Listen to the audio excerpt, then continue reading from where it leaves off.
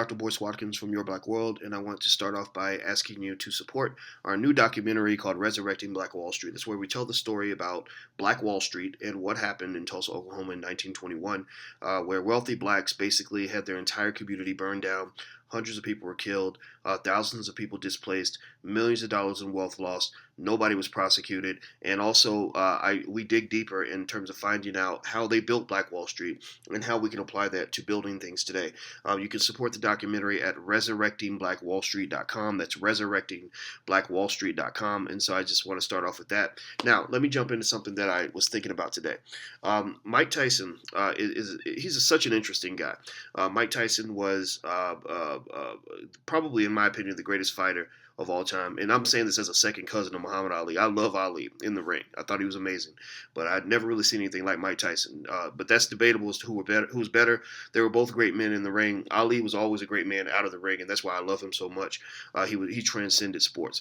Now, one of the things that I felt obligated to really talk about is the fact that based on some information that I saw in a documentary I saw in a special on that was done by Greta Van Susteren, which surprisingly it came from Fox, which I don't really like Fox that much, but in this case, the information was pretty well confirmed. It appears that Tyson did not rape Desiree Washington, or there's a good chance he didn't rape Desiree Washington back in the early to mid 90s. And it doesn't really matter whether or not, I want to say it doesn't matter, but even if whether he's innocent or guilty, one of the standards used in the court of law is beyond a reasonable doubt. And after seeing this documentary, or this, it wasn't really a documentary, it was actually a special about what happened in that situation, I walked away with the conclusion that there's a good chance that Michael didn't rape anybody, because I saw Michael's one man show, and I saw that he still stands by this, 20 years later, saying, "I did not rape her, I did not rape her, I did not rape her," and I think that it's hard for a lot of people to believe because he's Mike Tyson, right? And so it's hard to, it's easy to imagine him doing something illegal. Let's just say that. But I didn't necessarily just go by his word. I looked into it a little more. And one of the things that really got my attention was testimony from Desiree Washington's ex-boyfriend, who was a white guy, who basically said that they'd had sex. Desiree had regretful sex, that she regretted what she did because she was a good Christian girl, whatever that means. I guess I don't know if being a good Christian means you can't have sex. I think that's kind of crazy, but whatever, people think that. And her father was going to be so upset that she told the guy that, "I told my dad you raped. I had to tell him you raped me because my dad would have killed me if he knew that I was having sex." And that just blew my mind. And the fact that it wasn't allowed in the courtroom was incredibly problematic. Even the jurors, I'm talking about two of the whitest Midwestern white people you're ever going to meet in your life. Two of the jurors actually said, if we'd known this, if we'd had this information, we would not have convicted him. And that's when I said, whoa. So this is definitely beyond reasonable doubt to say that Mike Tyson didn't rape anybody. And I think that this situation is really a microcosm of what has happened to a lot of people. It doesn't mean that real sexual assaults don't occur. We know that they do occur. We know they should be prosecuted. We know victims should be protected. Perpetrators should be pursued. But also remember that the percentage of perpetrators is very, very small in our society. Most men do not commit rape. So when I hear people say, we shouldn't tell women not to falsely accuse men, we should be telling boys not to rape. Or we shouldn't tell women not to get into bad situations. We should be telling men not to rape. Well, the thing is that over 95, 96, 97% at least of all men never rape anybody. So when you're telling every man not to rape, it's kind of odd, because maybe you should remember that there are going to be rapists who are still going to rape even if you tell them not to do it. And those are the enemies of all of us, because we know sexual assault is a heinous crime. One of the things that bothered me was about a year ago, I wrote an article for Young Brothers, which I stand by 100%, where I was warning young brothers about laying down and sleeping with any old woman that you meet, because sleeping with the wrong woman can get you in a whole lot of trouble. If you run into a woman who is vindictive or flat out crazy, and there are crazy women out here, just like there are crazy men, there's crazy people out here, and I have had friends who've been falsely accused of rape.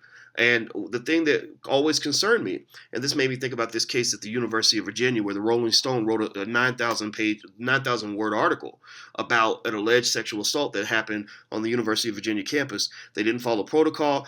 They didn't actually interview or even ask any of the alleged perpetrators if they actually did it. They did very bad journalism, but it led to this national outcry of sexual assault, and the university shutting down the fraternity and doing all these other crazy things because of this article that was written. And now the article has been retracted because the article was false. The article, at the very least, did not follow journalistic protocol in terms of making sure that these allegations were accurate. And so what's interesting to me is that some people will see these false allegations and they'll say, oh, this is just an isolated incident. This doesn't happen. I literally remember, and this just pissed me off to the core, I remember certain even feminist scholars, I don't consider them to be real scholars if you're thinking this way, they literally said that I shouldn't even mention false allegations because false allegations are so rare. And I saw a lot of people quoting a badly done statistic that came off of Daily Kos, I believe, that said that the odds of a man being falsely accused of rape are lower than the odds of being struck by lightning. Let me just put it in clear terms. That's bullshit. You talk to most scholars in this area, they will say that statistic is incredibly flawed. It wasn't done scientifically. It was some guy who added up the number of times that people have sex and used that as his denominator. I mean, it was literally one of the dumbest things I've ever seen in my life. But what was so scary about it? Here's the scary part. Here's where this mob mentality gets so many people into trouble. Is I saw this stat being recited over and over and over again. And I said, these people must all be reading the same article. What in the hell is going on? Am I that crazy? Or are my friends that rare? Or the people, all the brothers I'm reading about who were falsely accused of rape, are they just like these pink unicorns that don't exist? No, they're not. They're not. I will say this. Being falsely accused of rape is arguably as bad or maybe even worse than being raped. Because guess what? People get raped in prison. And when you get raped in prison, you don't get justice. You can't go to the police.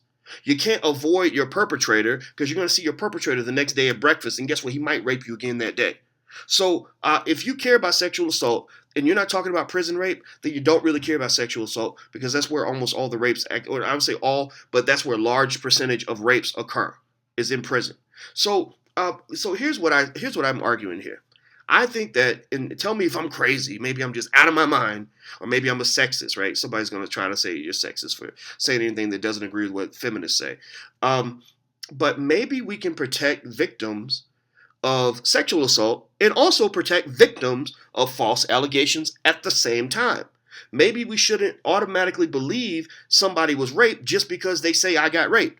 Maybe there should be some kind of physical evidence or even more evidence than that to prove that it happened before you go ruining somebody's life.